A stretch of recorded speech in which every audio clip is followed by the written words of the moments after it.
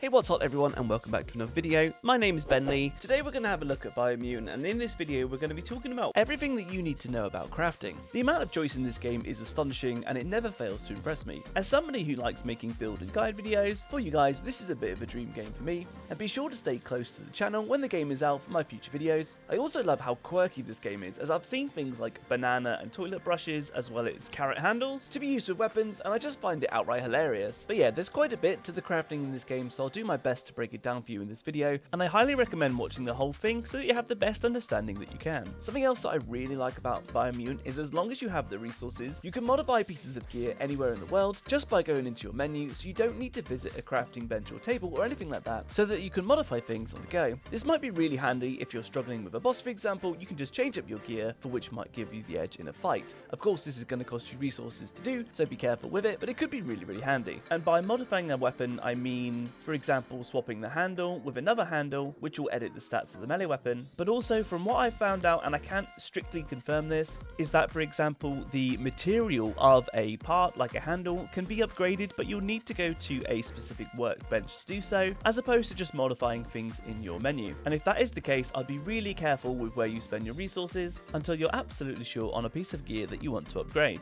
And one more thing just before we get into it, an important note is there are some weapons and armor that are unique, and the stats and things are set in stone, so you won't be able to change them at all. But for the majority of equipment, you'll be able to edit it extensively. I'm going to cover this game with some guides, tips, tricks, things that you need to know from release. So if that sounds good for you, hit that subscribe button, also hit that like button, and don't forget to turn on the notification bell. I do stream right here on YouTube nearly every day, and I'll be streaming on the day of release, so make sure to hit that subscribe button so you'll be notified when I go live. So on your little furry friend, there will be different slots for you to be able to equip pieces of armor and weapons, and these are both off and main hand, chest, leg, left and right shoulder, as well as head slot and a back slot. As far as I've found out, there is no specific pieces of armor locked behind classes, which means you'll be able to equip any piece of armor you find. However, some pieces will have a level and or attribute requirement to be able to equip them. But with pieces of gear having attribute requirements, this will also funnel your character down a specific path depending on what attributes you decide to level up in. And for example, if you were to go down a Psy-Freak mage type character, then you'll most likely be equipping pieces of gear that will have intelligence requirements and will also boost you further down that path. So looking further into crafting, the amount of customization is incredible, and the variety of items you can make will honestly blow your mind. It might be a little daunting at first, but after looking into it a bit, you'll understand just fine. Another bonus bit of information on how important crafting will actually be in this game is that you will have 5 different loadouts that you can hot swap on even in the middle of combat to really min-max your damage, and crafting the right pieces of gear for those loadouts is going to be really important.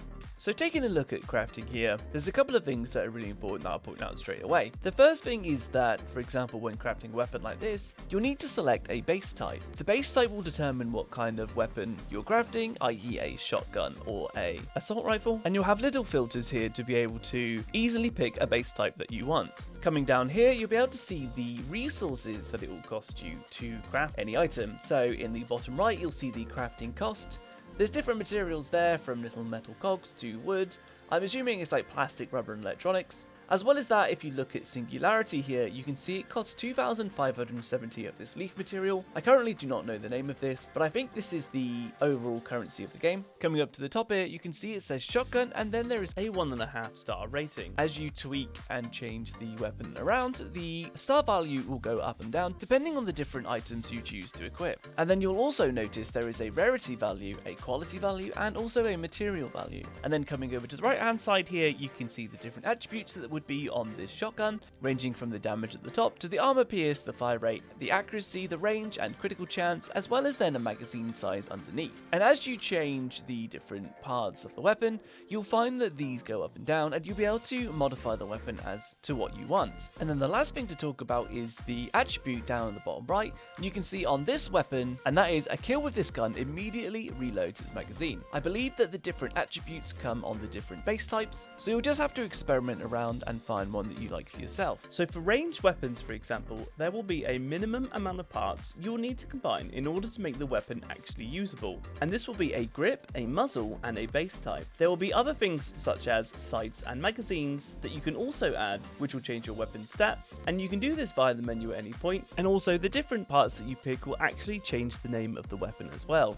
At the moment we have a singularity squeeze, and then this will change to in a moment to singularity squeeze rapster. And there's another feature that I think could be really interesting, maybe even on like an alternative playthrough, and that is the randomize button. For someone like myself who might be streaming the game, this could be quite cool for a playthrough series where you just use absolute random stuff all the time. The amount of combinations you'll be able to do is absolutely astonishing. It's going to be really good fun and a massive part of this game, just crafting, so I think it's a really important thing to understand fully. When it comes to melee weapons, you need to have a base part and a handle, and then your weapon is good to go. However, you'll also notice over here that there are add-ons, and the amount of add-ons will vary with the equipment that you use, but it's basically things like nails and scissors that you can add on, which will increase the damage even further. And then up here you can also see there is cold of 125, which to me just seems that you can add on electric and toxic, etc., all these kind of really sweet attributes to really customize your weapons. Another thing to note as well when crafting pieces of gear is you can actually upgrade the rarity from say common to rare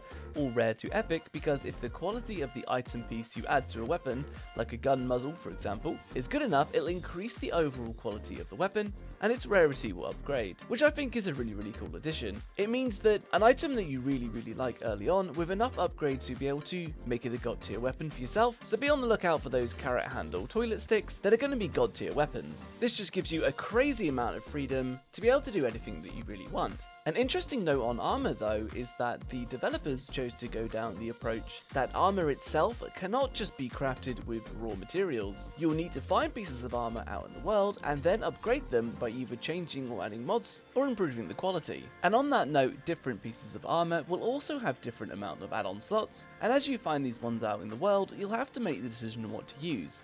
Some might have just a few add-on slots, while some might have a lot more. I believe as well you can also, with your add-ons, change your resistances because of those pesky hazardous areas that are in the game. If you want to be able to go into them, you're going to have to upgrade your resistances. Remember as well guys that in Biomutant you're going to be able to equip one melee weapon and one ranged weapon. The exception to this is if you take specific perks that allow you to do things like dual wield, but you'll be able to switch between your melee and your ranged weapons mid-combat, which will add a lot of fluidity to the game. But for me personally, it's going to be really important to have both a good melee weapon and also a good ranged weapon. So I can't wait to get stuck into this crafting. It looks absolutely fantastic and I'm super excited. Alright guys, so that's a really good look at crafting. I want to know what you think about this system. Does it look quite good to you, or does it look a bit complicated? And are there any type of weapons that you're really excited to make? Leave it down in the comments below guys. I do read all the comments and I want to know your thoughts on this. Remember, I do stream here on YouTube, so if you want to check out Biomutant, remember I will be live on the day of release. And if you haven't bought the game yet, then swing by and say hello. You can check the game out and see what you think for yourself before you buy.